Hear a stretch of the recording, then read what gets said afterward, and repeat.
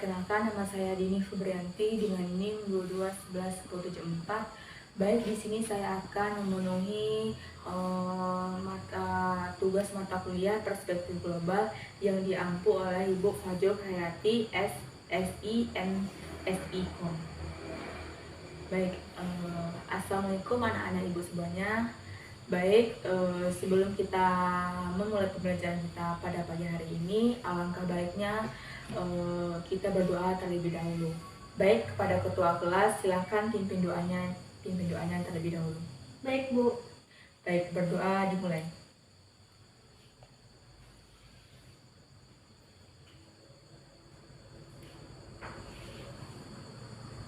Baik, berdoa selesai. Baik, sebelum kita masuk ke materi pembelajaran kita pada pagi hari ini, alangkah baiknya Ibu akan mengambil absen anak-anak Ibu semuanya. Baik, Ibu akan mengambil absen anak Ibu semuanya. Apabila Ibu memanggil nama anak-anak Ibu, anak-anak Ibu bilang hadir ya, Bu. Baik, Laura, hadir, Bu. Dara, hadir, Bu. Baik, di sini Ibu akan menyampaikan hasil rancangan pembelajaran atau RPP yang Ibu buat, yaitu di mana nama sekolahnya itu SD Negeri 08 Dua kelas 5 semester 2 dengan alokasi waktu 2 dikali 35 menit. Di mana di dalam RPP ini terdapat kompetensi inti. Yang pertama itu menghargai dan menghayati ajaran agama yang dianut.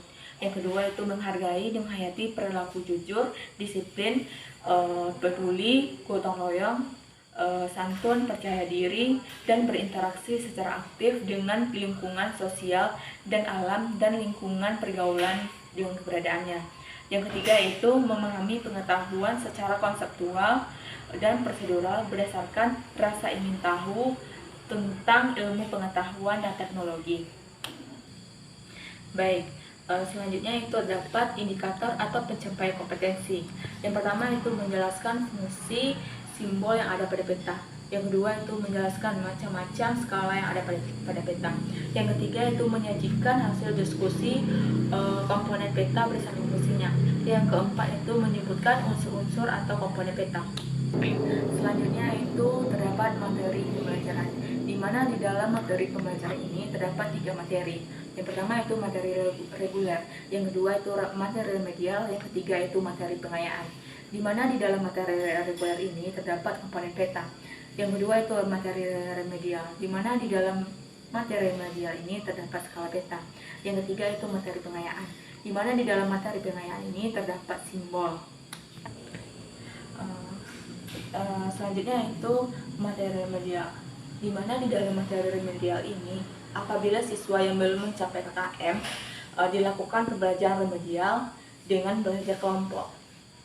Yang selanjutnya itu materi pengayaan, di mana di dalam materi pengayaan ini siswa yang belum mencapai KKM dilakukan pembelajaran pengayaan dengan mengerjakan soal-soal menurut kemampuan berpikir yang lebih tinggi. Selanjutnya, di dalam rancangan pembelajaran atau RPP ini terdapat media atau alat dan sumber belajar, di mana media atau alat yang digunakan dalam pembelajaran kita pada pagi hari ini yaitu terdapat Peta Indonesia.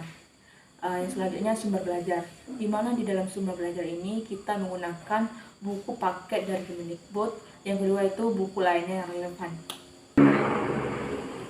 Baik, di sini Ibu akan masuk ke materi pembelajaran kita pada pagi hari ini, yaitu di mana di dalam ini terdapat materi pengayaan. Baik, sebelum kita masuk ke materi pembelajaran kita pada pagi hari ini, apakah anak-anak Ibu tahu apa yang dimaksud dengan simbol peta?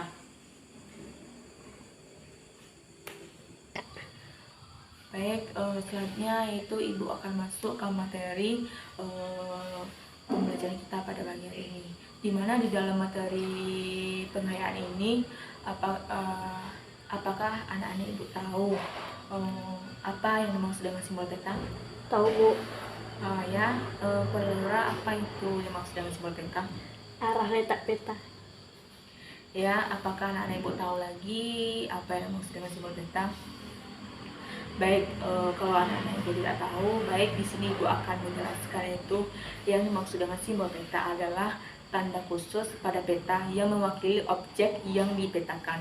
Tujuan simbol peta ini adalah untuk memudahkan peta dalam membaca dan memahami isi peta. Berdasarkan simbol peta dapat dibedakan menjadi, yang pertama itu simbol titik, di mana di dalam simbol titik ini peta dapat beragam bentuknya. Simbol titik dapat berupa lingkaran, bujur, sangkar, segitiga, dan lainnya. Lambang ibu kota biasanya diberi simbol bujur sangkar. Gunung api berbentuk segitiga dan ibu kota kabupaten berbentuk lingkaran. Yang kedua itu simbol garis, di mana di dalam simbol garis ini digambarkan dalam beragam bentuk dan ukurannya, ketebalannya. Garis dapat diatur sesuai dengan kaidah perpetaan atau simbol jalan. Selanjutnya itu terdapat simbol garis, di mana di dalam simbol garis ini digambarkan dalam berbentuk dan ukuran ketebalan. Ketebalan garis dapat diatur dengan kaidah perpetaan dan simbol lain, biasanya berupa garis kontinu dengan ketebalan sesuai dengan kelas jalannya. Yang keempat itu simbol area, di mana dalam simbol area ini objek yang digambarkan pada peta biasanya berupa ilustrasi dari objek yang ada di lapangan.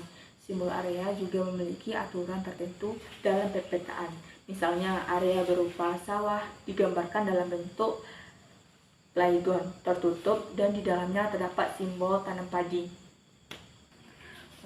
Selanjutnya itu Ibu akan menyampaikan itu di materi media, di mana di dalam materi media ini skala peta menunjukkan perbandingan antara jarak di peta dengan jarak sesungguhnya di lapangan. Contohnya, skala sebuah peta itu 1 banding 1 juta, berarti objek yang jaraknya 1 cm di peta berbanding dengan 1 juta cm atau 1 km di lapangan.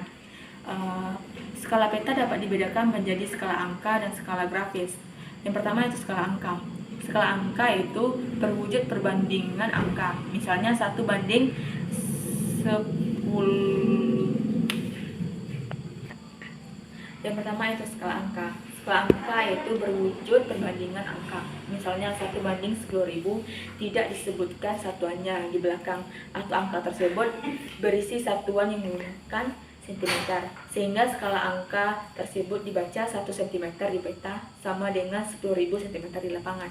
Yang kedua itu skala garis atau grafis. Skala garis adalah skala peta yang berbentuk garis dengan ukuran tertentu.